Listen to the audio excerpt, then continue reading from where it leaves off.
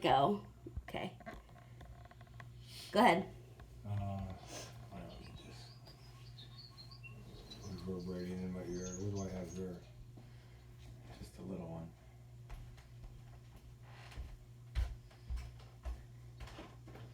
So, sir, Well, I have to say, Steve, once upon a time when you were a kid, minor adjustments are constantly made when you have 2 terminal cancers. You can't talk because your tongue hurts, and your lungs hurt, and you're 66. No, I'm 66. you're 68 today, Dad. 68? Happy birthday. Thanks. I brought you Happy Birthday to play. I never want to hear it again. I Um, just dropped my battery? battery. Here. Did we get it? Okay, tell the story. The camera's rolling. Okay. Once upon a time in elementary school. When I went to elementary school in Lancaster, Pennsylvania, this is, by the way, Steve is a young man who I've known longer than his mother. That's impossible. Huh? I think. Now I'm going to have hassle with this. If I ever get this story out, it'll be a miracle. But, is that right? That goes in the other ear. Is it upside down? There's already one in that ear. There's already one in there? Yeah, this one goes on your left side. Oh. Well, there's cancer for you, 2 terminals.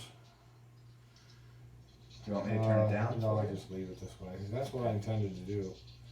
You're seeing a brain deteriorate right before your eyes. I'm a psychologist. I'll just hold it. Long ago, being now 68 years old, I entered elementary school. And I entered elementary school at the ripe old age of 5, like everybody else. And the whole summer long, I don't remember if this is a true story or not, but I think it is. They were holding camps at the Recreation Commission in Lancaster. And all the kids would bring their instruments down and they would show off what they already knew. All ages of kids. And so the older kids were bringing down sophisticated instruments. They were bringing down tubas and trumpets and violins. And we were able to sign up for the instrument that we wanted to try to play in the fall because they wanted to replenish their bands and their orchestras. And kids are getting old, going on to junior high. So I signed up for the trumpet. Probably not a good idea. Everybody in the school wanted to play the trumpet. Everybody in the school didn't want to play the violin and any instruments, any strings. So guess who got pushed into playing the bass violin? Not just the violin, the bass violin. The biggest violin on the planet, except maybe the, what? Is that the big one? I think that's the big one. Why you can do the double bass, but that's not a violin The anymore. lady's name was Miss DeHaven. Typical 1960s pull-up nylon socks with some kind of strap at the top to keep from falling down. I was doomed. But she had a trump card. She took English from my dad at Millersville State College. Ah. He had a trump over me. She did too. So, what Miss DeHaven got, Miss DeHaven, what she wanted, she got. And I was also the biggest kid in the class. The only kid that was bigger was a kid named George Groff. George was a tackle on the junior high football team as a 7th grader and played. most 7th graders didn't play. Yeah. So he was the only one that could carry it. Judah, are you listening? So I got George every day for practice, last period of the day, to walk up to the band room and carry that big dumb thing down to the band room, carry that thing down to the band concert room, where I learned my lessons. Oh, what a nightmare. And Mr. Haven would give me my lessons, and then when we would have a concert, that's where we'd have the concert. And lo and behold, I became the bass violin player. And I was not very good. I tried to botch it. When you guys get older, you'll find out there are ways to botch things so you can get out of things. That's true. Did you not want to play at all? Yeah, I wanted to play in the orchestra, and I wanted to play the trumpet. And the thing about it is, the trumpet satisfied me. It was loud, it was boisterous. Everything else didn't satisfy me. Yeah. And so I would always sneak in a few lessons of notes from the trumpet players during these sessions. I'd get down there early so that Don Killian, who was a absolutely fabulous trumpet player, about the third the size of me. That's probably why he could play. Would play his trumpet, and he played a cornet. Was that the coolest instrument in the world? The cornet.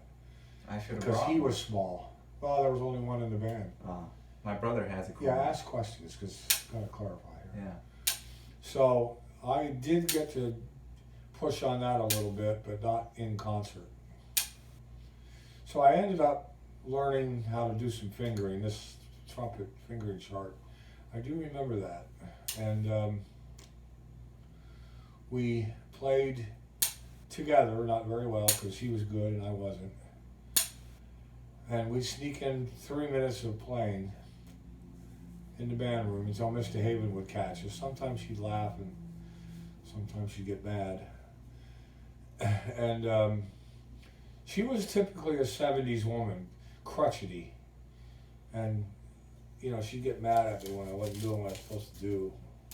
I was supposed to set up the band chairs. Boy, that was fun. And so we'll be setting up and we'll get a second or two to play and that kind of stuff, and never really got a taste of it. So I'm really hankering to play this stupid trumpet. I started out in 4th grade learning the fingering, and I learned after about a month how to do the fingering chart. Mm-hmm. Went downstairs and started to steal notes from Mr. Haven. When the trumpet was sitting by itself and nobody was watching, You'd play. I would get the trumpet out, sometimes Dan's and sometimes one that was just sitting loose in the band room. That was always a curiosity to me. Why'd they leave trumpets sitting loose in the band room and tell me there were nobody to play them? Yeah. So. Did you find it came easy to you to play? The tuba did. The tuba did. Because of what you mentioned before, it was looser and easier to play. Yeah.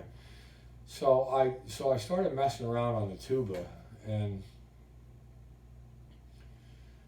I was able to teach myself from the tuba how to play the scales. I guess these things. Yeah.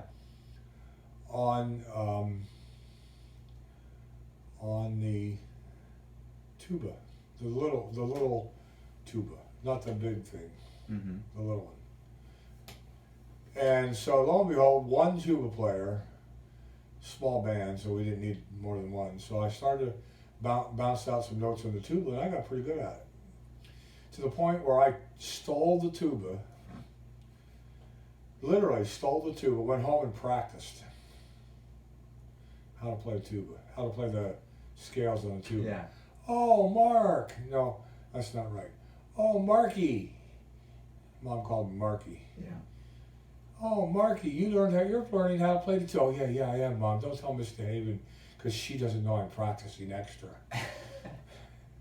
You're every teacher's what they want. Yeah, that's exactly right. How dare you learn on your own? I'll give him this for that. And so, sneaking around the band room, I learned how to play the trumpet, or the fingering on the trumpet through the you know what. Through the tuba. Yeah. So I got pretty good at blowing the tuba and its notes. And with any chance I got it, I'd sneak into the band room and I'd start blowing on that. Yeah. Most times I didn't have a chance. Is this your tuba sheet, or do you just get it yourself? I printed these off the These internet. just printed out. Yeah. I just brought them with. So I'm in. I've never seen this. Well, it's never been out, but at home I never saw the tuba up in the tree, so I don't know what that meant. Yeah, I don't know either. So I got up. I got somewhere, and I got blowing on the tuba, and learned how to play it a little bit, and we. I would sneak my notes, and that's how I got my trumpet tuba playing. So I guess I have to repent. But anyway, it does choke me up a little bit. Yeah. So how did you come to have a trumpet then? Is this an old trumpet, or is it one? That's a good question. Keep asking questions, Okay, because I yeah. forget. Yeah. Like I said, there were a couple of beat up old trumpets in the band room that I was able to ensnare when nobody was looking. I was a late kid at school. I was the one that put everything away. I was the one that locked it up. I was the one that stored the room, Okay. got it locked up. Yeah. So I was always last or next to last, and I always had a buddy that would cover for me. Sure. So we could always get our hands on one for a few minutes. So I'd get in there and I'd get a trumpet, or I'd get an old trumpet. And there was also a kid down the street, Rick Rosenberg, that would hide out for me. He'd be a lookout for me. And I'd get his old beat up trumpet that was his dad's. I felt bad about that because his dad had passed away. And I'd sneak it. It rattled like this. And we'd take it up to his bedroom, or he'd take it home from school, and we'd play it. And I think I'd even hear his mother say, "Rick, don't break that trumpet," that kind of thing. So, and it had those pieces on the side that were cork. Oh, okay. That you would put into the bell to muffle mute. the mute. Yeah. And I had 3 of them. So to muffle it, we would put those on. Right. And we had all of our tricks. One of them broke off and into the bell. Yeah. And so I was limited in what I could do. But I tried to be careful, and I tried not to ruin it. I don't think I did. But it got sound out of it. It got a muffled sound out of it. And I learned some more that way. And so we would fool with it that way, and I'd play the scales. That's all I could play. But it was fun. And so I'd go up and down the scales on that. One day Rick brought it to school, and just as a novelty. He was a novice player as well. He because of those bell corks in there. We really couldn't play a lot. But I played, and then he'd hand it to me. You couldn't tell who was worse. And so the next thing I know, I was just running up and down the scales playing. Yeah. And eventually, I got fair at it, and we went up, not a whole lot, but we went up frequently and played, especially when it was cold out. I guess the trumpet warmed up, it was a little better. Yeah, that's right. It takes a while to warm them up too. And I just play whatever I could play. And he never really taught me any songs because I don't think he ever knew any. But we'd go back in his back closet. That helped muffle too. Mm-hmm. I'm sure parents and everybody else knew what we were doing. It's not the worst thing he could be doing. And they knew we weren't trying to hurt anything. No, you're just playing, making music. So, I mean, we were good boys at heart. So, where do I go next?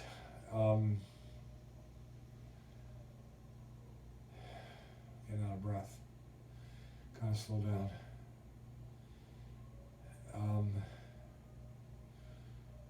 So we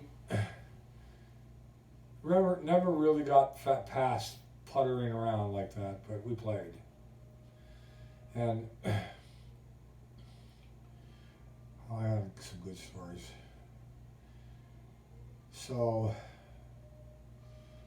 Rick taught me what he could. There wasn't much. And sorry, I've got to get my breath. That's okay.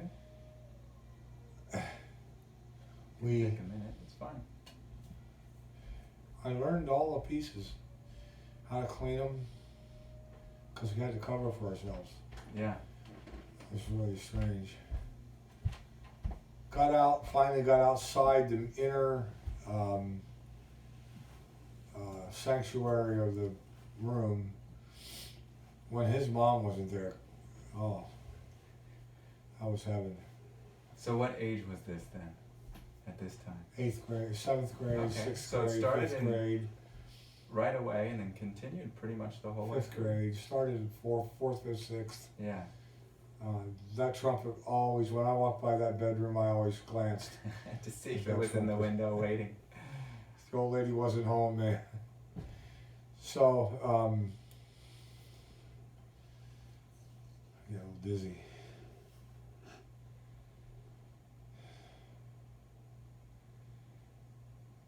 Somebody could chop this up into a good story, I guess. It already is one. But maybe you. So, where does it come out when we reproduce it out here? Mm-hmm. The story.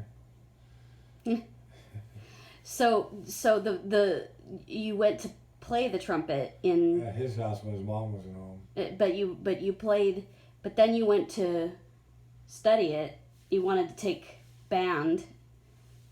You wanted to take it. Never took anything. Rick Rosenberg and I would sneak it out of his closet because his dad had passed away. But I mean, you wanted to play it in junior, Band in junior high. in junior band, high. Orchestra in junior high. Mm-hmm. Elementary school. Yeah, I was a bad boy. I have to repent of that. What? Sneaking Rick Rosenberg's father's trumpet and playing it. But anyway, I want to think of some stories because we had stories. Well, but They were dented up. you were just telling the story of the trumpet was Yeah. so you basically told. Did you tell the story of the trumpet? I didn't hear the whole. I think so. Pretty well. You basically just